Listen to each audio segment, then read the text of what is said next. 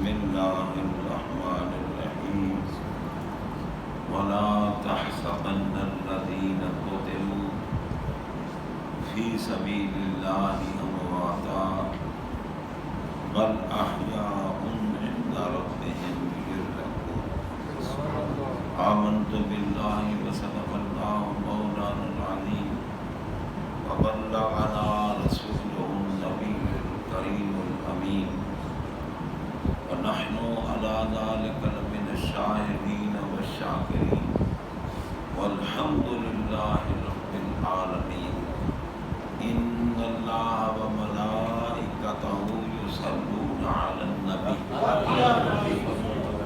يا أيها الذين آمنوا صلوا عليه وسلموا تسليما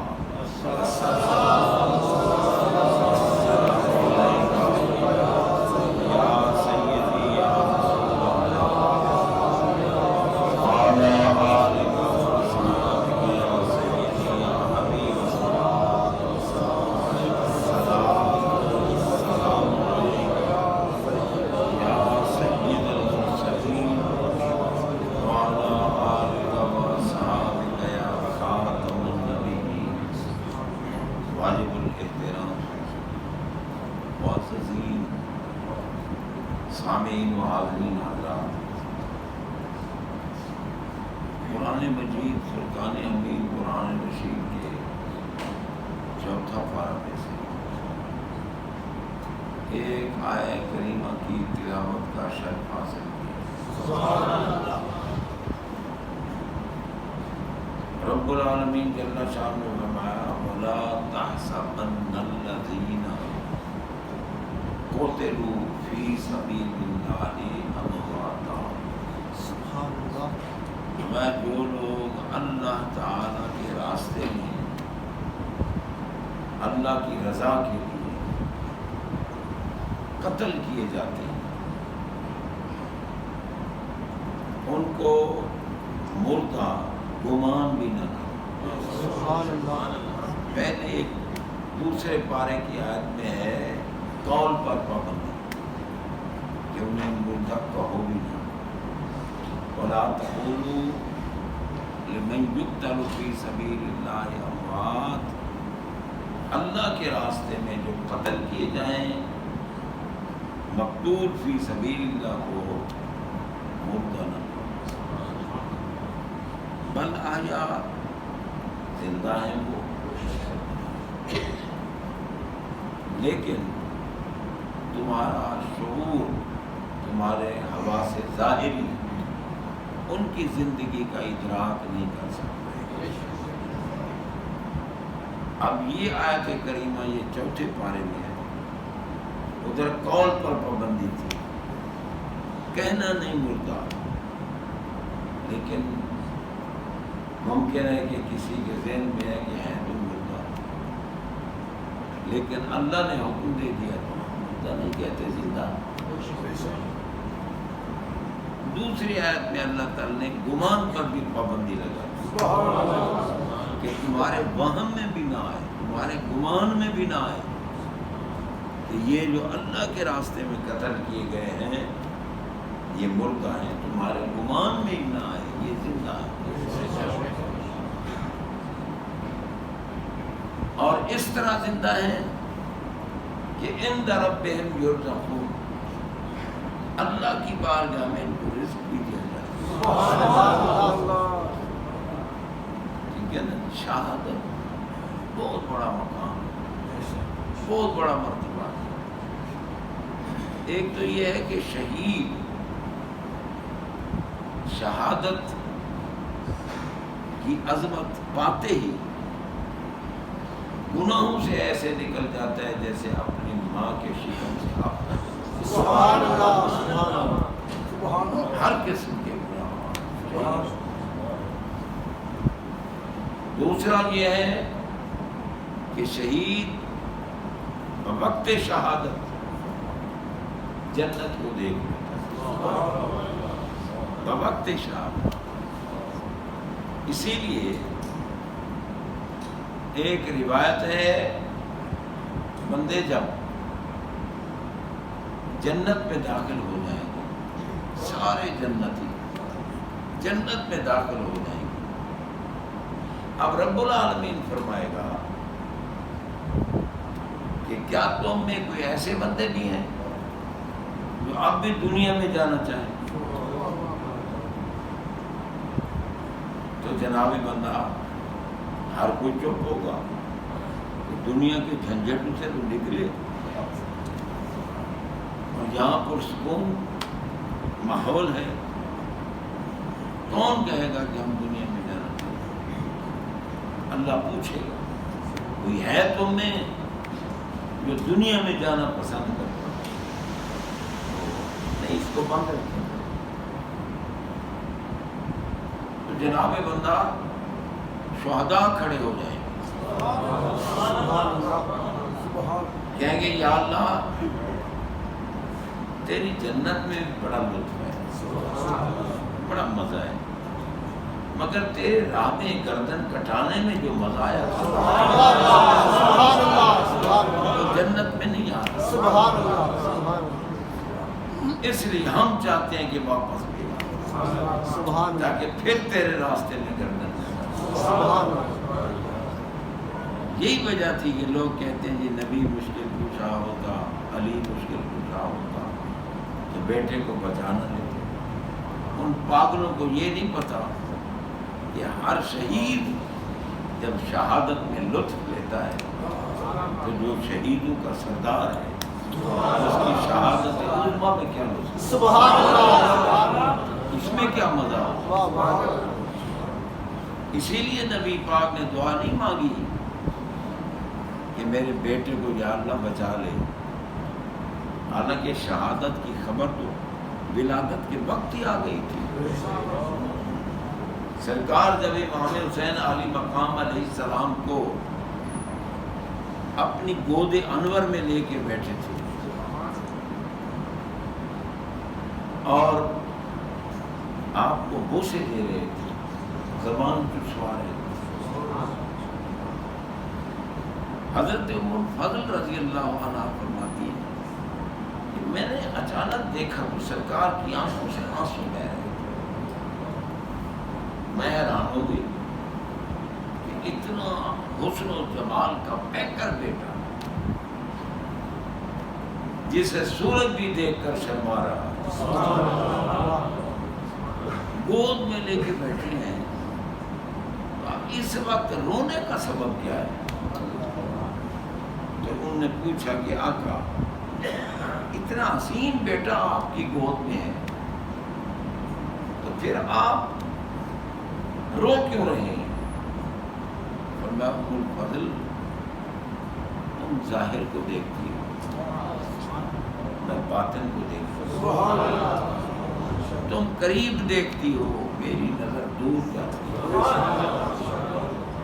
تم میرے بیٹے کی ولادت کو دیکھ رہے ہو، میں اس بیٹے کی کربلا میں شہادت کو دیکھ رہا ہوں،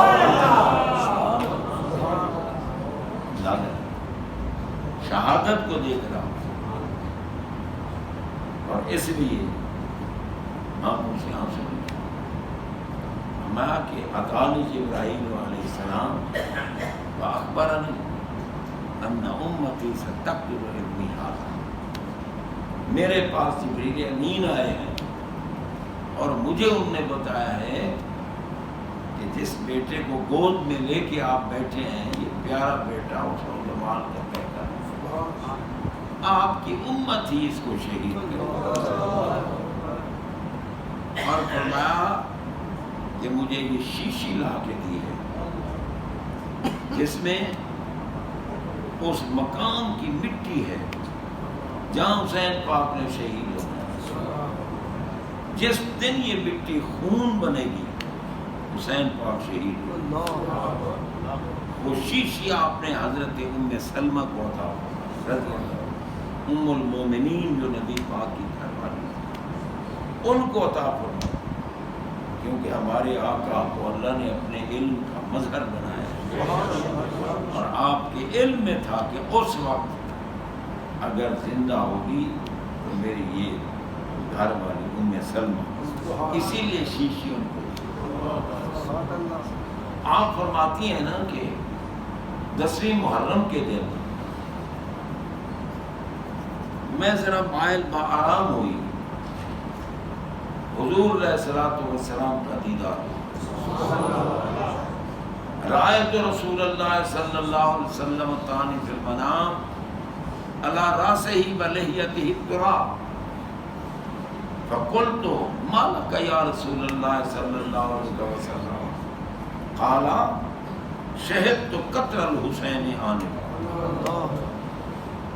فرمایا، وہ فرماتی ہیں کہ میں نے سرکار کو دیکھا کہ آپ کے چہرے انور پر کچھ تھوڑے سے گرد کے آثار تھے، ریشے مبارک پر اور عنبری زلفوں پر بھی گرد کے آثار تھے۔ تو میں نے دیکھ کر مجھے پریشانی ہوئی کہ سرکار اور یہ غبار کہاں سے؟ تو فرماتی ہیں میں نے سرکار سے پوچھا، فقلت ما لک یا رسول اللہ صلی اللہ علیہ وسلم، آپ کا یہ کیا ہوا ہے کہ آپ کی عنبری زلفوں میں بھی گرد ہے اور ریش انور پر؟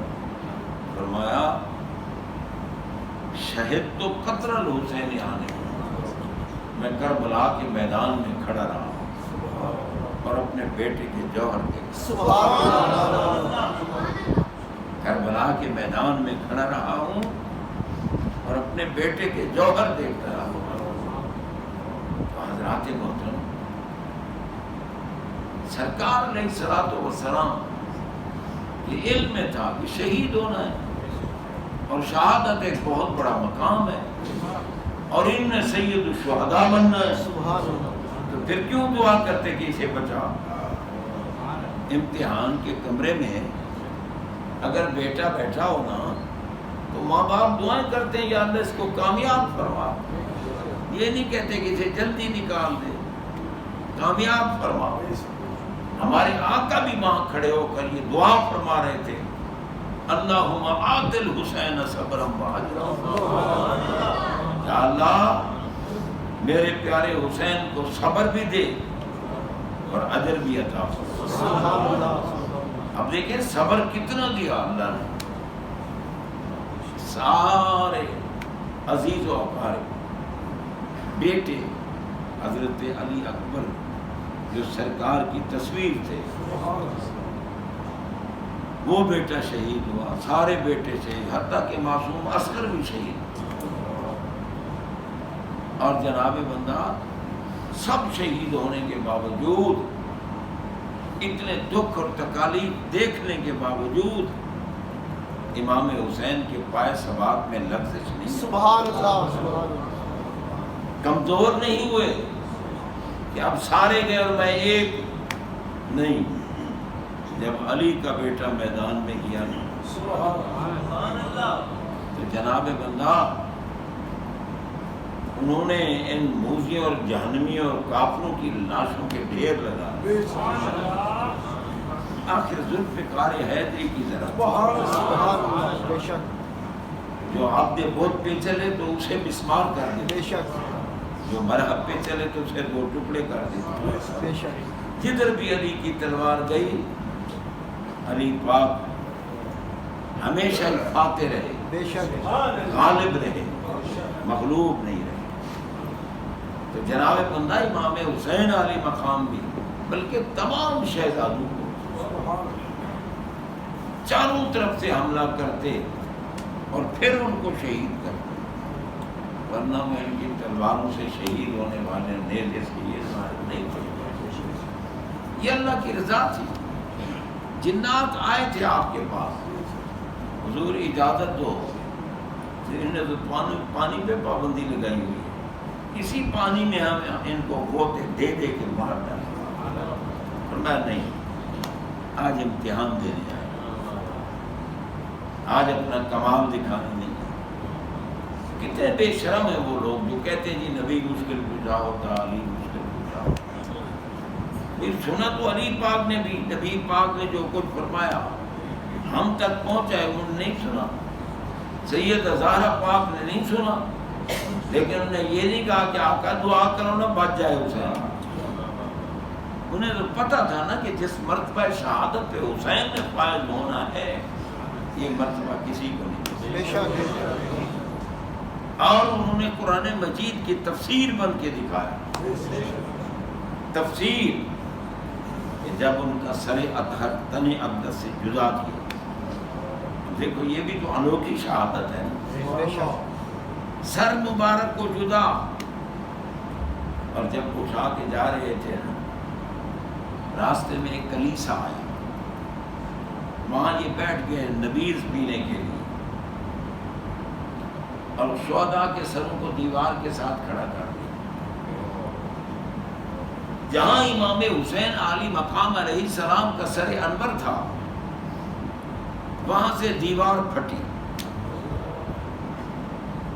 اور ایک غیبی ہاتھ نکلا.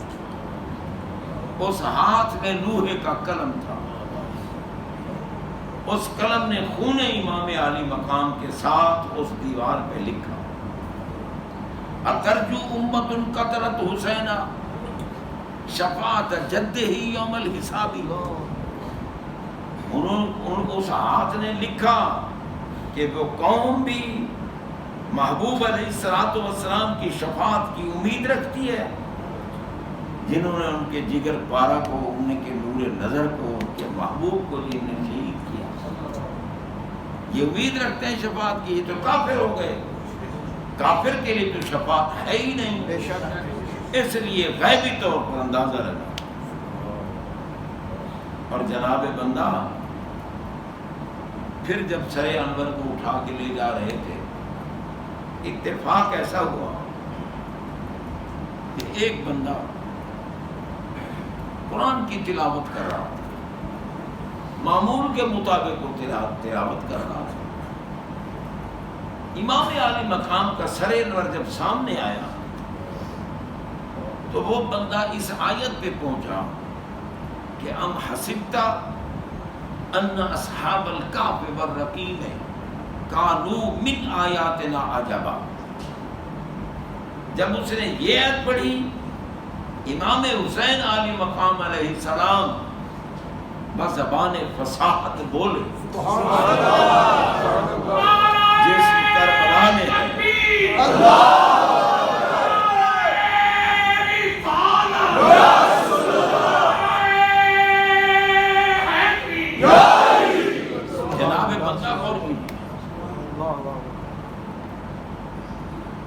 امام عالی مقام علیہ السلام بولے. وہ آیت سن کر میں آ جاؤ من اصحاب الکہف قتلی وہم. اصحاب کہف بے شک اللہ کی عجیب نشانیاں ہیں، مگر تمام عجیب نشانیوں میں سے سب سے بڑی عجیب نشانی عجب، سب سے بڑی عجیب نشانی میں حسین. ایک تو یہ ہے کہ میرا جسم کربلا میں ہے اور میرا سر نیزے پہ، اور یزید دیکھ لے کہ کمینے تو مر چکا ہے، تجھ پہ لعنتیں برسیں گی، لوگ تجھ پہ تھوکیں گے. کئی جن کا معاملہ صحیح نہیں ہوگا وہ تیری بات لیں، کوئی حرام زادے تیرا نام لیں تو الگ، ورنہ تجھ پہ دنیا تھوکے گی، نفرت کرے گی اور حسین کو سلام کرے گی، سلام کرے گی. اور دیکھ لے، یہ نہ سمجھ کہ جسم سے سر کو جدا کر کے تو نے مجھے مار دیا ہے. اگر میں تھا بھی زندہ ہوں بھی زندہ رہوں گا بھی.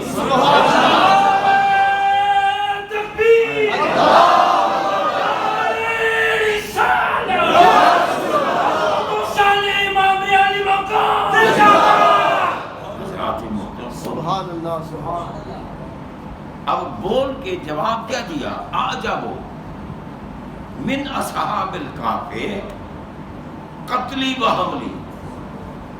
کہ سب سے عجیب بات یہ ہے کہ جنہوں نے مجھے قتل کیا ہے، شہید کیا ہے، قتل کیا ہے، وہ کوئی یہودی نہیں ہے، وہ نصرانی نہیں ہے، وہ مشرک بت پرست نہیں ہے، وہ میرے نانا جان کا کلمہ پڑھنے والا، لیکن دولت کی وجہ سے اندھے ہو گئے، انہیں حسین کی عظمت نظر نہیں آئی۔ یہ نہیں جانتے کہ میرے لیے میرے آقا نے اعلان کیا تھا، حسین منی و انا من حسین، احب اللہ من احب حسینا، حسین سبط من الاسباط۔ فرمایا میرے آقا نے اعلان کیا تھا حسین مجھ سے ہیں اور میں حسین سے۔ کیا مطلب حسین مجھ سے ہے میں حسین سے؟ شارحین نے لکھا ہے کشیء واحد، اور کریں فرمایا حسین اور میں ایک چیز ہے، ایک چیز۔ جو حسین سے محبت کرے گا اس نے مجھ سے محبت کی، جو حسین سے بغض رکھے گا اس نے میرے ساتھ بغض رکھا، جو حسین کو قتل کرے گا اس نے مجھے قتل کیا، جو ان کو رنج پہنچائے گا اس نے مجھے رنج پہنچائی، کیونکہ یہ اور میں ایک چیز ہے۔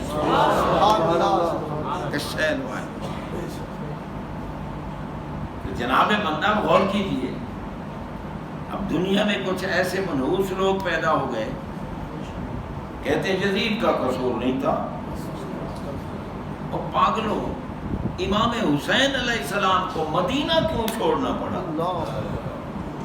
ان کا گھر مدینہ ہے، ان کے نانے جان کا روضہ پاک مدینہ منورہ ہے، اور بڑے فضائل ہیں مدینہ منورہ کے، تو پھر آپ نے مدینہ چھوڑا کس لیے؟ اسی خبیث نے کہا تھا اگر حسین ہمیں ووٹ دے، یہ بیعت ہے، کچھ اندھے لوگ جاہل لوگ پتہ نہیں ہوتا اصطلاحات عربیہ کا اور بکتے ہیں کہ حسین علیہ السلام تو مرید ہو گئے تھے حضرت امیر معاویہ کے۔ اور پاگلوں، یہ پیری مریدی والی بیعت نہیں ہوتی، یہ ووٹ ہے، ووٹ، بیعت کا معنی ہے ووٹ دینا۔ امام حسن علیہ السلام نے صلح کر لی تھی اور نبی پاک کا قول سچا کیا تھا کہ انہوں نے فرمایا تھا یہ میرا بیٹا سید ہے، یہ دو مسلمان کی روح میں صلح کرائے گا۔ آپ نے صلح کر دی، آپ نے اقتدار کو ٹھوکر مار دی، فرمایا تمہیں اقتدار کی بھوک ہے، لے جاؤ۔ حسن کے لیے یہ اقتدار تھوڑا ہے جو میں محمد پاک کا بیٹا ہوں۔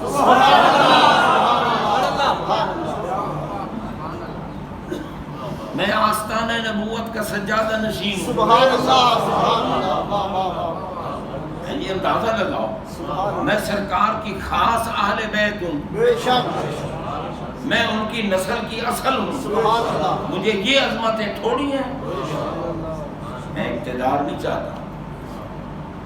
اور ایک اصل وجہ یہ تھی کہ جس دن امام حسن علیہ السلام نے صلح کی نا، اس دن خلافت راشدہ کا آخری دن تھا۔ بے شک ہمارے آقا نے فرمایا تھا کہ میرے بعد 30 سال خلافت راشدہ رہے گی۔ اب جناب بندہ، یہ 30 سال کا آخری دن تھا۔ حسن پاک نے فرمایا اگر میں آج اقتدار نہیں دیتا تو کل تو میں خلفائے راشدین سے نکل جاؤں گا، میں تو ملوکیت میں آ جاؤں گا۔ اس لیے آپ نے صلح کی، اقتدار دیا کہ تم ملوک بنو۔ حسن تو ہے ہی نبی کا بیٹا۔ حضرات محترم، اور پھر ان کا صبر دیکھیں۔ امام حسین علیہ السلام نے پوچھا جب آپ کو آپ کا جگر ٹکڑے ٹکڑے ہو کر نکل رہا تھا، اس وقت امام حسین علیہ السلام نے پوچھا کہ آپ ہمیں بتائیں کس نے یہ زیادتی کی ہے؟ امام حسین علیہ السلام نے جس پر مجھے شک ہے میں آپ کو بتاؤں، آپ قصاص لیں گے؟ انہوں نے فرمایا بالکل قصاص لیں گے، اتنی بڑی ہستی کا قاتل قصاص لیں گے. آپ نے میں اگر وہ نہ ہو تو پھر اس کا بدلہ قیامت کے دن کون دے گا؟ اس لیے میرا اللہ منتقم ہے، وہ میرا بدلہ لے لے گا، تم چپ رہو. اتنی یعنی شہادت سری ہے حسن پاک کی. اور یہ رافضیوں نے گھڑی ہیں باتیں. حسن پاک کی بیوی نے زہر دیا، اغواء یزید میں آ کے پاگلو، حسن پاک کے جسم سے میرے نبی نے اعلان کیا تھا جسم جس کا لگ جائے گا جہنم اس پہ حرام تھا. یزید تو کافر ہے. یہ کیا ایسے رافضیوں کے بہتان ہیں؟ یہ بھی رافضیوں کے بہتان ہیں کہ جناب 9 گھنٹے بی بی پاک کھڑی رہی صدیق اکبر کی عدالت میں. اب پاک لو تم بی بی پاک کو اتنا دنیا کا لالچی سمجھتے ہو؟ دنیا تو زہرا پاک کے قدموں کے نیچے ہے. انہیں کیا ضرورت تھی کسی چیز کو لینے کے لیے جا کے کھڑی رہے؟ یہ عزت ہے اہل بیت کی. یہ مرتے ہیں، یہ کہتے ہیں کہ ہم محب اہل بیت ہیں. اللہ کی قسم، نہ انہوں نے علی کو مانا ہے، نہ زہرا کو مانا ہے، نہ حسن کو مانا ہے، نہ حسین. ان سب کو ماننے والا سنی ہے، جس کے دل میں صحابہ کی محبت بھی ہے، اہل بیت کی محبت بھی ہے، اولیاء کی محبت بھی ہے. اس لیے اللہ تعالیٰ کا کرم ہے. انشاءاللہ باقی کچھ باتیں ابھی ہم